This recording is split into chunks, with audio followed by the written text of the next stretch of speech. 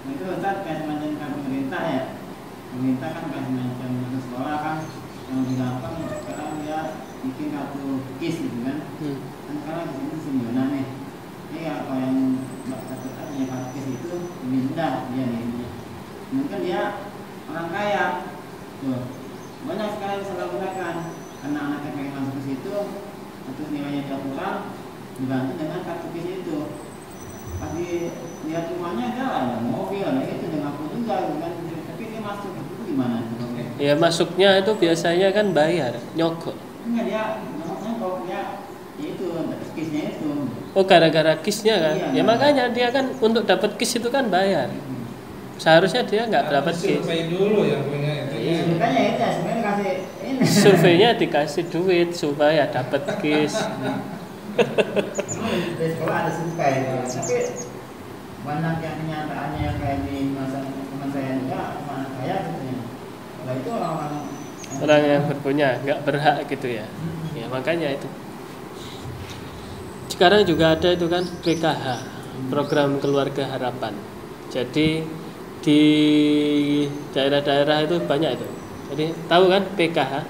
Itu kan setiap bulan apa 3 bulan sekali gitu dapat uang tunai untuk belanja gizi anaknya, beli telur, beli daging gitu. Itu dari pemerintah mendapatkan uang tunai. Tapi sekarang buktinya gimana? Buktinya sekarang banyak orang-orang yang dapat PKH itu rumahnya gede-gede, rumahnya bagus, tembok rapih, tapi ditulisi keluarga sangat miskin. Kan ada itu yang di chat itu kan. Kalau dulu malah nggak ada chatnya. Sekarang supaya agak malu ditulis gede, keluarga sangat miskin. Tapi ya bukan melecehkan, supaya tepat sasaran, supaya malu kalau gitu. Tapi kan orang-orang pinter, keluarga sangat miskin tapi ditampeli kaligrafi. Kaligrafi. Baru nanti kalau waktunya pembagian uang ada survei dilepas. Tapi rumahnya gede-gede. Nah itu bisa jadi menjadi orang yang dolim, mendolimi orang-orang yang berhak seharusnya mendapatkan PKH.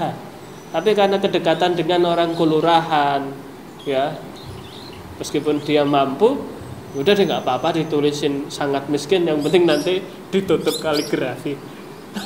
Termasuknya haram itu makan. Ya haram kalau dia sebenarnya nggak berhak. Tapi kalau misalkan nih dia hidup sebatang kara, nggak ada keluarga yang itu, akhirnya dia mengandalkan bantuan PKH, ya udah nggak apa-apa meskipun rumahnya gede, itu mungkin warisan suami gimana kan. Itu ya. Berarti RT-nya harus jujur ya. Ya harus jujur. Ketika survei itu harus jujur. dulu kan dulu. Ya, RT dulu kan. Tapi kalau sekarang kan bahayanya karena kedekatan. Waduh, ini nggak enak nih kalau nggak dikasih. Nah itu yang. Saudara Iya. Kalau semua dia mampu tapi minta, itu mendolimi orang se-Indonesia. Mendolimi kan kita semuanya bayar pajak, bayar parkir, bayar ya apa retribusi yang digunakan untuk mengelola pendanaan PKH itu nanti kan harusnya dia buat orang fakir. Dia mendolimi orang seluruh Indonesia. Iya. Ya. Kalau masalah uang haram itu agak susah. Minta maafnya susah. Kalau saya misalkan nih berzina ya, naudzubillah. Berzina itu bisa minta maaf, minta kepada Allah, beres. Ya. Orang misalkan orang yang iri hati, ya kan minta maafnya kepada Allah. Tinggal minta maaf. Tapi kalau orang yang makan duit orang lain, itu kan harus minta maaf kepada orang itu. Ya kalau mutar gitu kan, Iya. Harus minta maaf sama orang banyak berarti. Orang banyak. Nah itu yang agak susah. Dan syaratnya orangnya harus ridho. Ya, kalau orangnya nggak ridho, yang dikorupsi nggak ridho itu, wah susah itu. Ya kan? Susah. Tanggungannya di akhirat berarti. Iya. Mau dicuci kayak gimana juga, mau sedekah gimana. Terus kalau seumpama sudah terjadi kayak gitu gimana? Misalkan nih, saya pernah jahat ke orang, Terus orang itu meninggal, yang saya jahati meninggal, saya boleh nggak minta maaf ke keluarganya? Boleh nggak? Hah? Nggak boleh. Saya kan masalahnya sama orang yang udah meninggal, nggak boleh. Terus gimana? Ya tetap saya nanti akan mendapatkan ini. Makanya kalau misalkan kita merasa untuk itu malah melakukan kejahatan, kesalahan kepada orang lain yang terlanjur sudah meninggal dan kita belum sempat minta maaf, caranya yaitu yang pertama berbuat baik sebanyak-banyaknya. Jadi misalkan kan kalau di sana itu adanya nanti dimintain, kamu pernah salah ke dia, kamu minta apa? Oh, saya minta kebaikan saya buat dia. Jadi saldo saya buat orang itu.